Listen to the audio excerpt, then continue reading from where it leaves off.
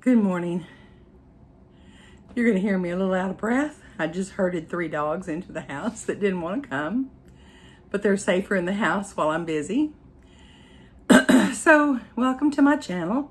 My name is Sherry, and I want to talk to you this morning about what marriage can be like in retirement.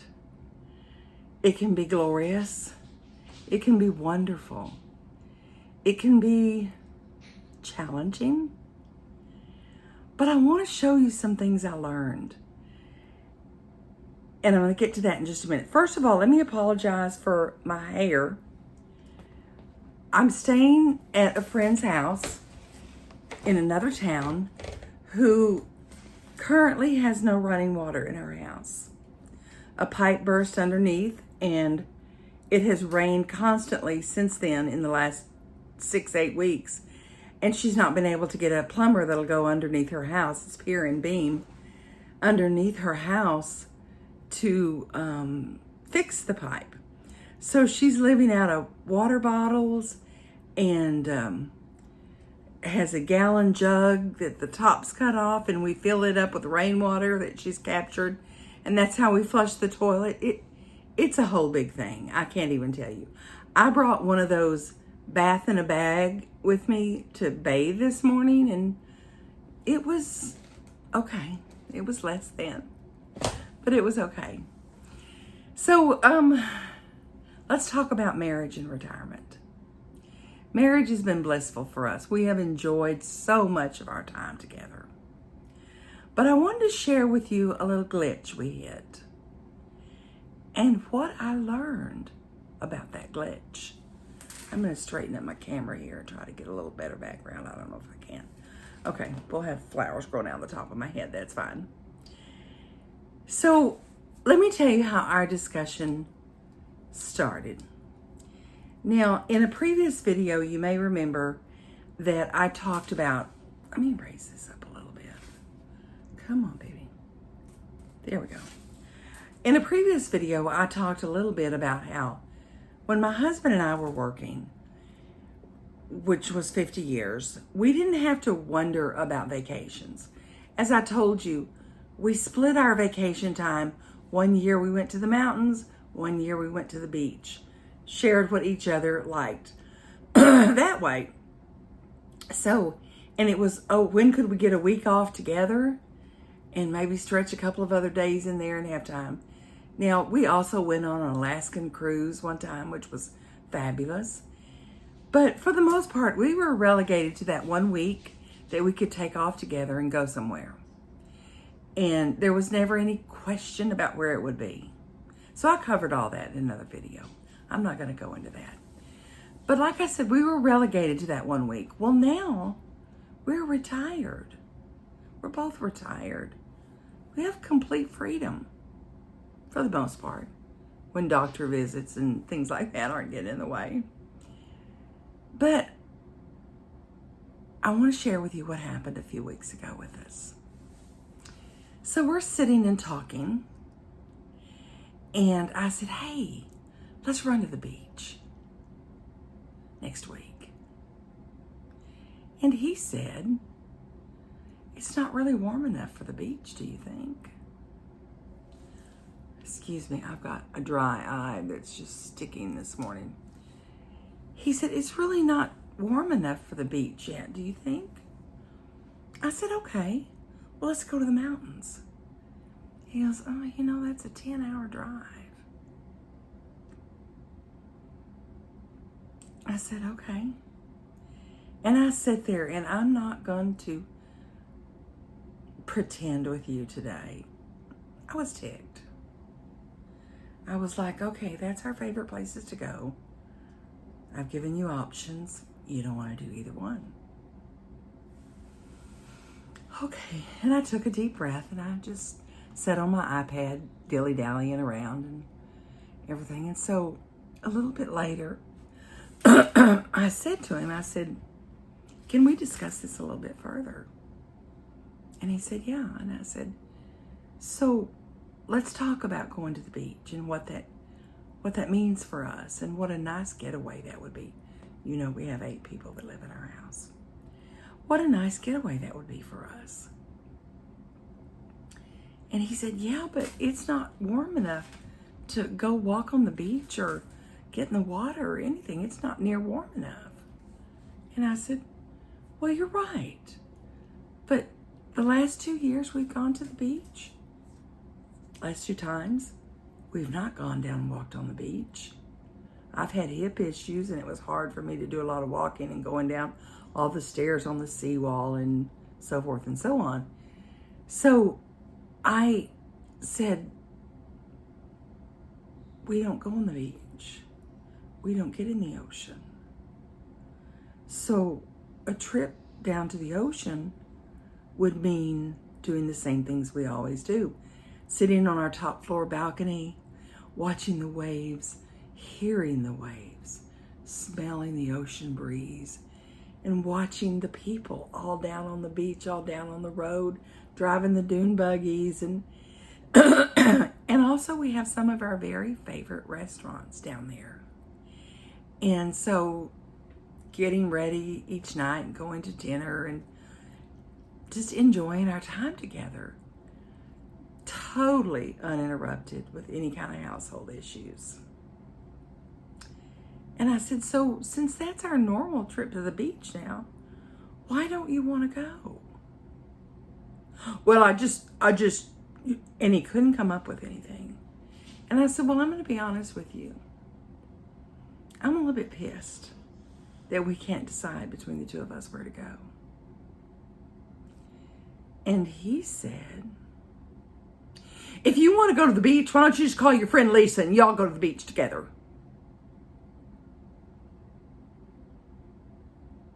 Excuse me? And I turned around. He was sitting next to me, and I turned around and I looked him right in the eye and I said, I don't want to go to the beach with Lisa. I want to go to the beach with you. Well, we didn't talk about it any further. But I was upset. I was very hurt. I felt like someone had kicked me in the stomach. This is a man I've been married to over 50 years, and we pretty well can decide and work out anything. But that comment of, why don't you call your friend Lisa? You know, I know he didn't say it like that, but it sounded like that to me. And I was so hurt. And so I stayed quiet for a couple of days. I didn't say anything. I think we did discuss after that going to the mountains. And he's like, you know, I said, honey, we just bought a brand new car. Well, we bought a pre-owned car, so it's broken in. I said, let's take a long road trip. He goes, that's a 10-hour drive. I thought to myself, in a brand new car? But that discussion went nowhere as well. So I stewed. Words had been said. I'm not sharing with you all the things that were said.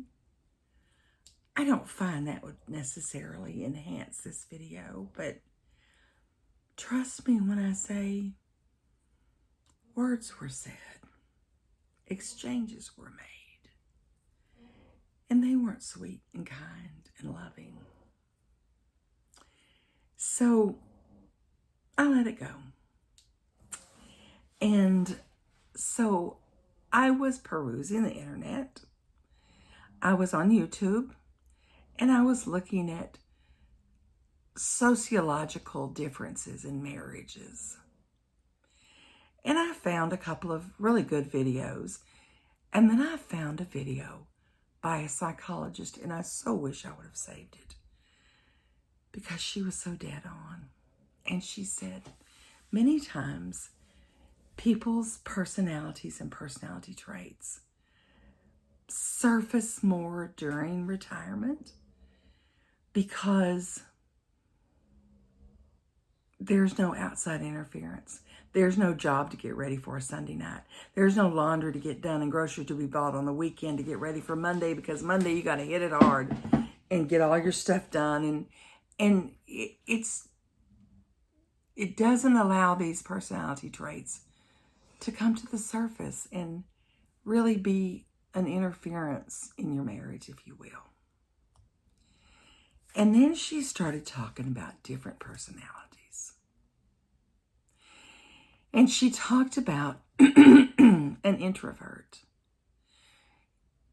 By the way, if you looked up introvert in Webster's dictionary, if any of you still have one, my husband's picture would be sitting right there. He's 100% an introvert.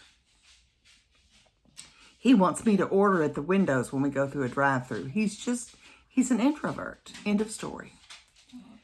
So I've always known that, and we've compensated for it and not had a problem with it. But then, and I'm going to have to look at my notes here because they were so fascinating. And she said,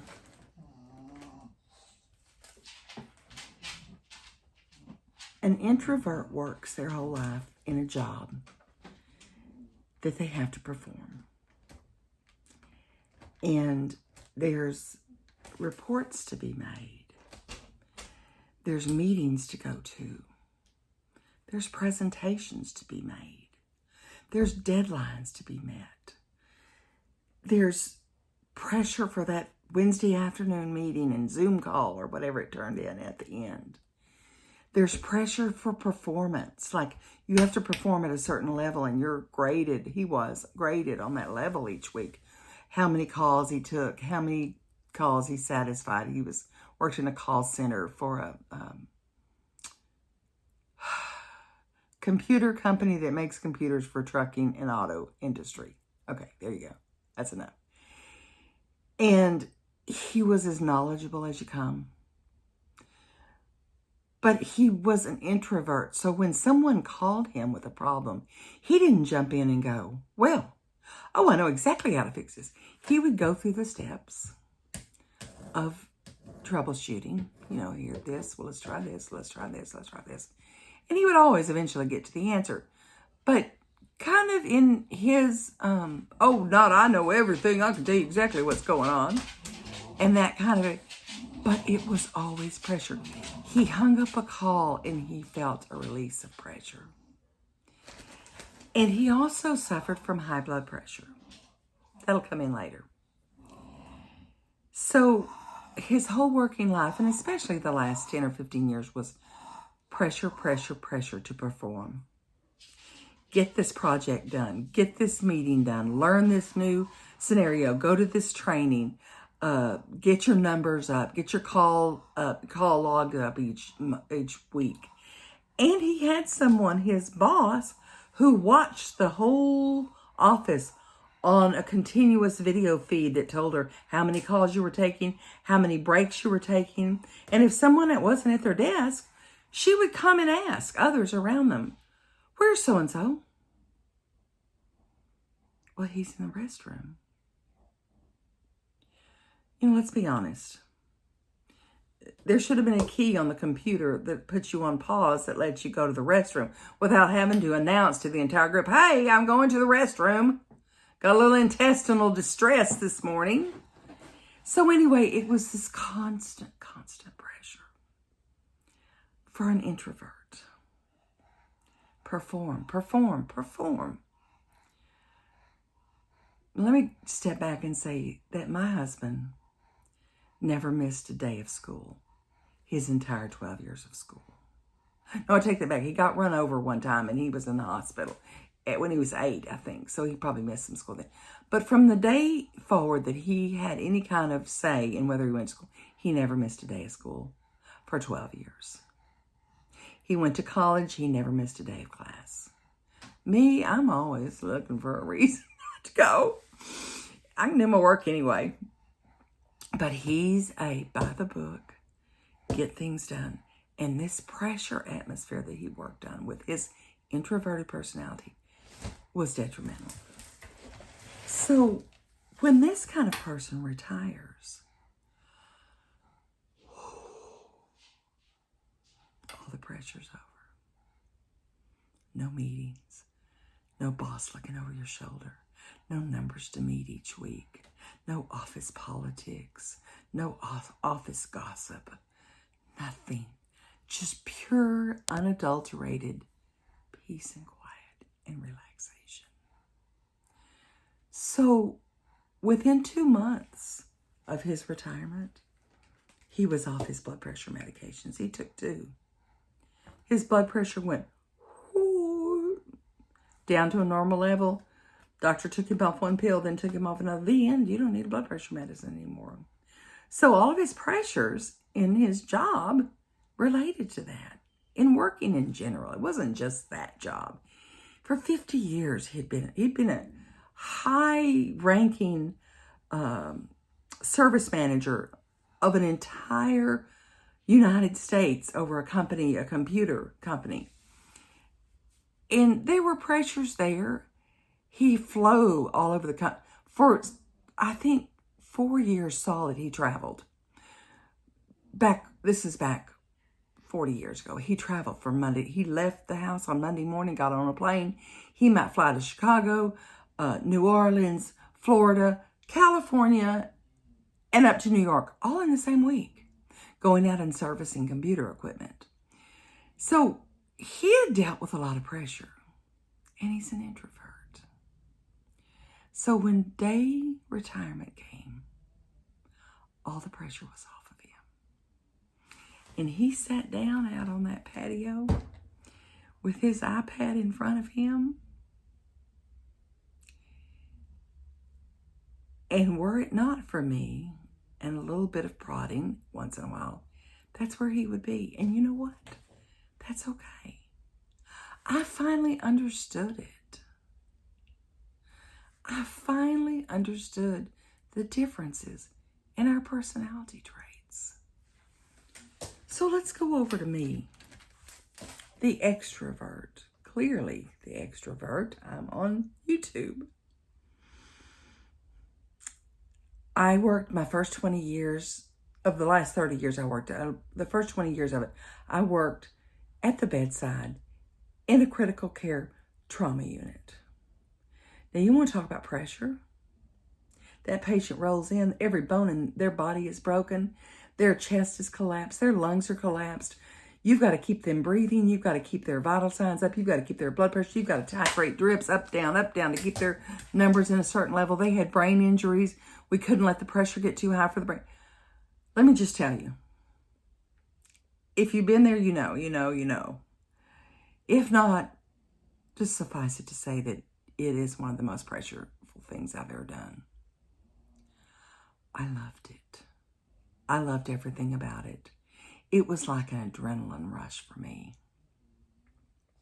I remember one night, I work nights always, and I remember one night I was getting ready for work and I was telling my husband all about this patient I had the night before. And then he walked me out to the car and I sat down in the car and he looked at me and he said, "You'd do this for free, wouldn't you?" And I said, "I think I would." I loved it that much. I loved seeing the successes. I loved consoling and counseling with the families when their loved one didn't make it. I loved everything about it. Then I went into a management position my last 10 years. We've got meetings. We've got deadlines. We've got projects. We've got presentations to do. I did presentations to 200 people at a time. I knew my material, wham bam, memorized it, knew my stuff, got up there, did my, was not nervous. Don't let me say I wasn't nervous. In the beginning, I might have been a little nervous. But at the end, I wasn't. I owned it. I love the pressure of a meeting. Oh, pooh. I looked at the calendar for tomorrow. Oh my gosh, this project's done. I would work till midnight and get it done. And I didn't care. I loved it. I loved all the pressure. All the office politics. I could engage in it. I could stand my ground.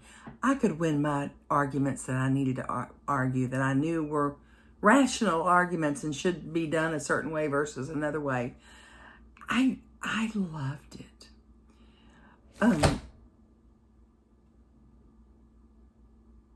I did presentations to groups of 40 and 50 brand new doctors and stood in front of that team of brand new doctors coming into our hospital. and did a 3-hour lecture on the legal ramifications of being a doctor in our hospital and what tort reform meant and what this and what they could say and what they couldn't say. And I mean, I handed my card out to all of them at the end. You call me if you ever have any questions. Your first thing you do is call legal. And it was just, I thrived in that. I didn't get any applause or any pat on the back for it. I did it because I loved it. And when one of our legal team was going to be out of town one time, and he asked me if I would step in and do this lecture for him. So nervous. I took the material home. I studied it, did my PowerPoint, used his PowerPoint presentation, but added some slides of my own that I felt emphasized points that I would want to have emphasized if I was a new doctor, and did the whole thing and presented it and walked away from that first time feeling great. And he came back and he said, how'd it go? I said, I loved it. I loved getting down deep in the weeds with all this stuff. He said, would you be interested in keeping and doing it? Because it's really a tax on my time. I said, sure, I'll take it. So every 3 months, I did this for years. 8 or 10 years, I did this. I loved it. I changed it as the law changed, and he would let me know about the laws change. I was not an attorney, never supposed to be one, but he would let me know when certain laws changed and things I might need to change in my presentation. And so anyway, but those kinds of things I thrived on. I literally could not wait to get up there to that auditorium. I love teaching, and to look out at an audience when you're teaching and to see that look of recognition where they go, oh, that's when you knew you did a good job. And I loved it. And I'm going to pause just here for a second and tell you that these 3 dogs that I'm house sitting for, one of them is a 70-pound bulldog who just had a cornea transplant 3 days ago.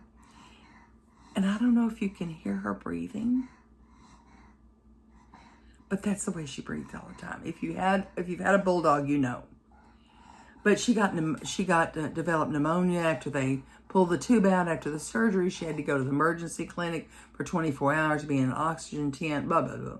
Now she's got 2 eye drops that have to be put in every 3 hours a day.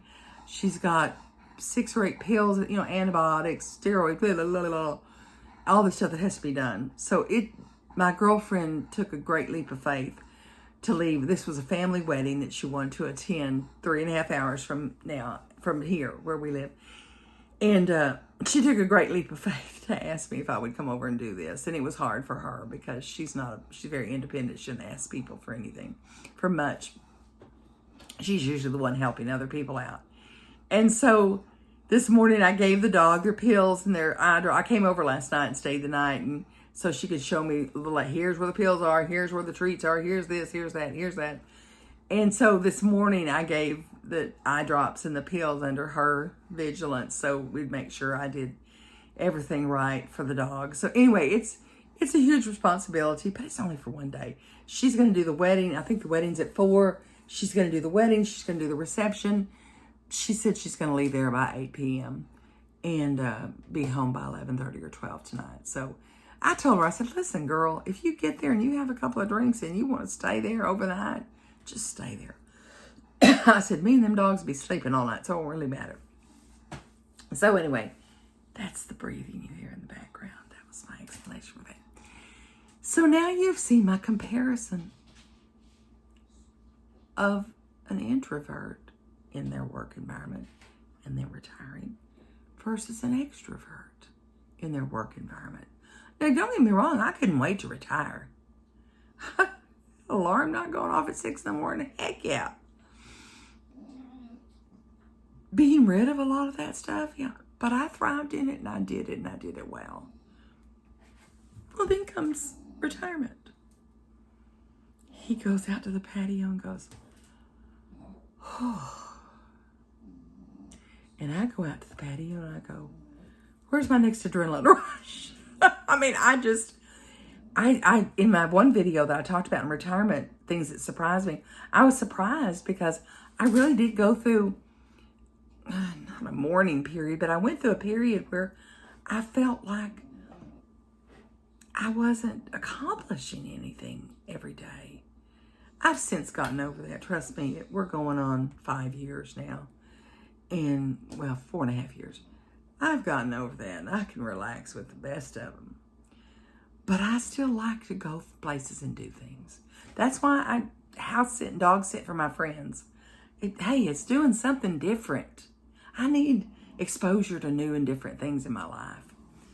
And so, that didn't interfere with the happiness of our marriage. We're stronger than that. We can take one of those big bumps in the road and we can go. And we've not discussed it since. I did tell him, I said, I'm going to make a YouTube video about this differences in marriage of our personality traits. I just want you to know I'm going to do it. And I said, and I will let you see it first to make sure that you don't think I'm presenting you in a bad light, because I'm not. Now, if I'd have done it before I did my research, that might have been a different story. But once I realized where he was coming from, it made all the sense in the world. So now, will we take trips? Will we go do things? Sure we will. He just wasn't ready right then. And I'm okay with that. I do have lots of friends I can travel with. And I will do that. He won't mind, I won't mind. But he is my best friend. I know that sounds a little syrupy and corny, but it's the truth. He's been there. We met when I was 13 years old. So, 60 years, he's been my best friend. And so, nothing would change that. We have a motto in our marriage. And I was going to make this the title to the YouTube video or the thumbnail, but I thought against it. But I wanted to share it with you. We have a motto in our marriage, and we use it about once a year. We end up with some issue that we say, and we used it here with this one after several days, and we both kind of calmed down and gone back to level. And I'd done my research and gone, wow. And I shared my research with him. I said, babe, you're not going to believe what I found. I also went in and did some reading on it, and it's amazing. I shared all that with him. So, did we hit a rough patch? Yeah. Is it going to ruin our marriage? Heck no. Our motto in marriage is marriage. Two imperfect people who refuse to give up. And that's who we are. And I share that with my children. My children have both been married. My daughter, 35 years. My son, 25 years.